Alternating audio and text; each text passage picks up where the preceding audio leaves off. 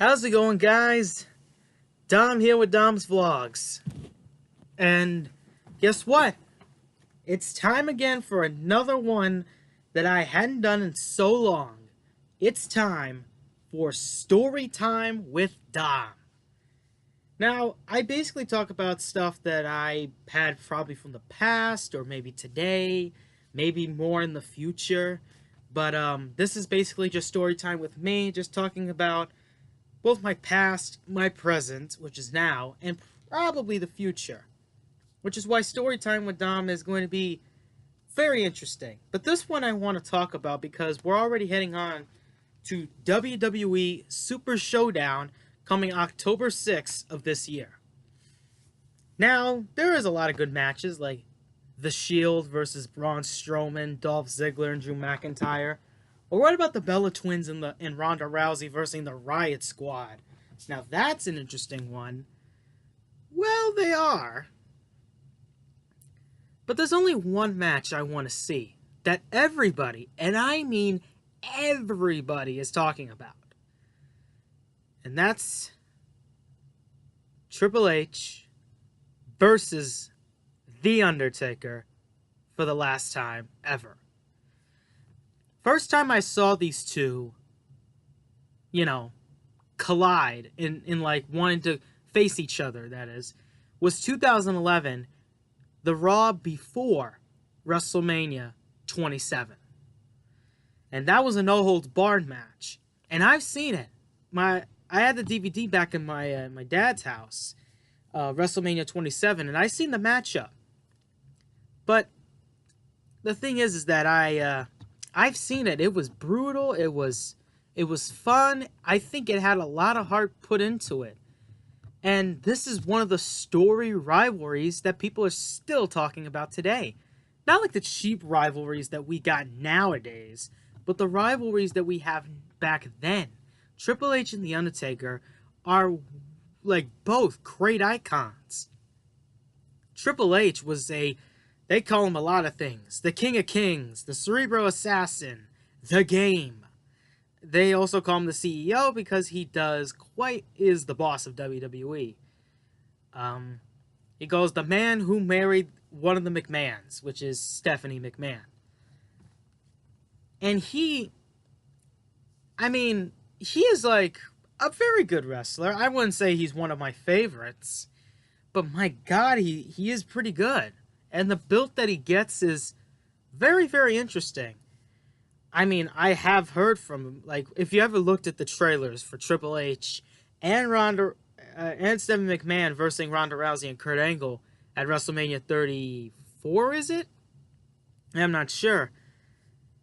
But the matchups were nuts here. I mean, Triple H and Stephanie do work out very well, and I'm actually proud of that. Something that I wouldn't be able to accomplish if I had the chance. But going back to Triple H here, because I'm talking about him and one of, actually probably my favorite wrestler of all time. Triple H is a very interesting man in that he will not say sorry to you. How do I put this here? I mean, he's the type of guy who made the sledgehammer more special because he used that thing a lot. He was also the man who created DX with Shawn Michaels. DX was one of the popular things back in the Attitude Era. And it still is to this date. Because, I mean, the glow sticks and stuff, I mean, come on. Even the Game himself had some of the best entrances I've ever seen. Since they call him the King of Kings, he plays it like he is a king. I mean, WrestleMania 27, and even, of course, in his authority times, because he was part of something called The Authority back in 2014, he was also, literally, I think there was, that entrance that had Sasha Banks, Alexa Bliss, and Charlotte Flair just taking off Triple H's, I'm just going to say, king attire. Just saying. But it was interesting, and I think it was so good. I mean, he has some of the best entrances I've ever seen, and goddamn, his theme song. Not Not the new one nowadays where it just sings "Bow down to the king," but when it says "Time to play the game," that one is so energetic and it feels so good. And Triple H, I mean, he's been through his sweat, his strength, his injuries, his blood. He's gone through accolades, championships, but he is not close to one of my favorite WWE actually no, my favorite WWE superstar of all time. No matter how old he gets, no matter how much he how much I miss the streak, which we will get to. How much he basically, people would say, oh, he's not the same as he used to be. I still like this guy even to this day. And that's The Undertaker. The Undertaker, they call him many things. The Demon of Death Valley. They called him a legend. They call him the Phenom. They call him the Dead Man. But that's only one word, and it's The Undertaker. And then you just say, oh shit. That guy. When he first started, it was like I'm looking at a man so, like, he feels like he is dead. When you look into his eyes, you don't feel like you're looking at a human. You're looking at a person who's been dead for a very, very long time. Which is kind of what the gimmick is.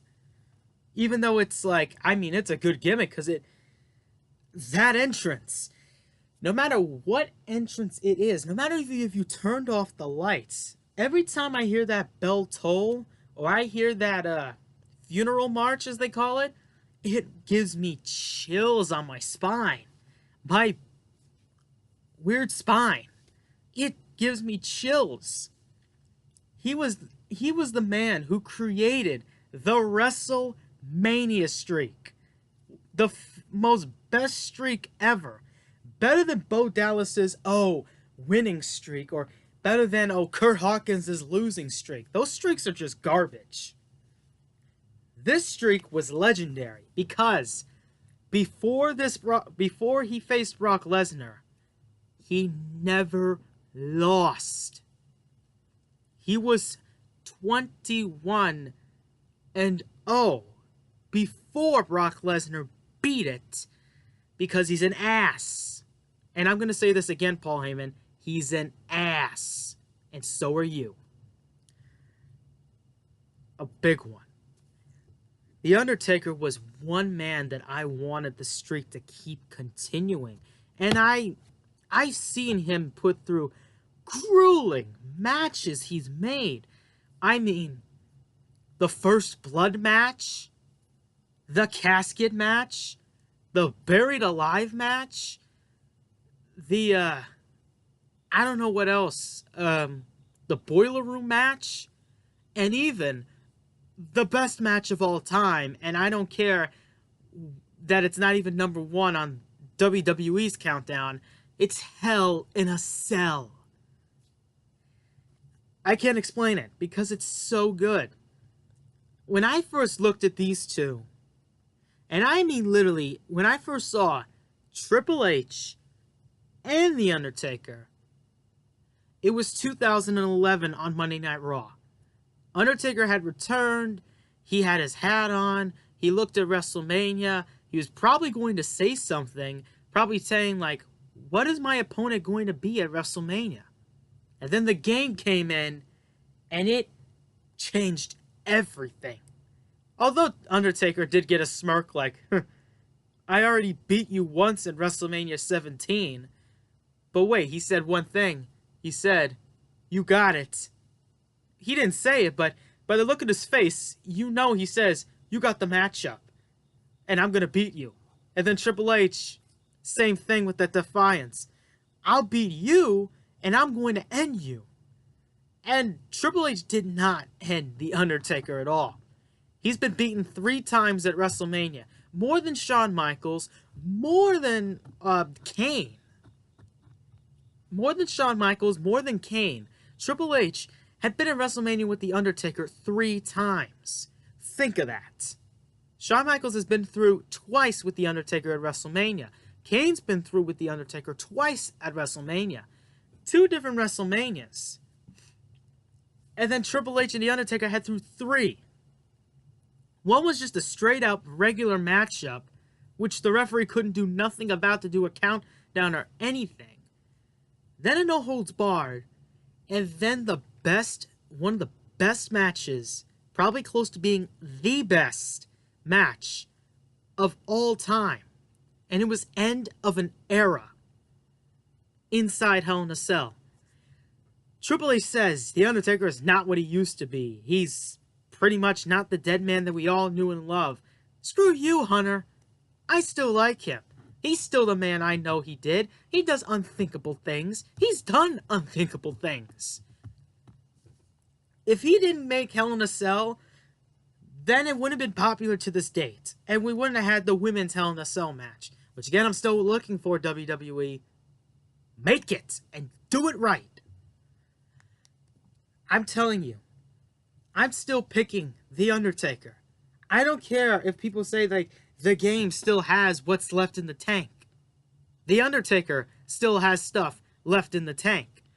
I know that both of them have been through extreme lengths, been through so longer than any other WWE wrestler I've seen to this date. They are the best I've seen out of all the WWE wrestlers. Between old to new, these two, last time ever, which one's going to win? I'm picking the dead man, The Undertaker. I've been through him for a very, very, very long time. And that's how long I've been through with The Undertaker. And I hope he wins on Super Showdown. Because he's not alone. And so is not Triple H. Hope you guys enjoyed this video. And tell me in the comments below, which one do you want to win? Triple H or The Undertaker? And don't forget to subscribe, click the notification bell so you can get notified. And as always, stay scary, and I'll see you next time.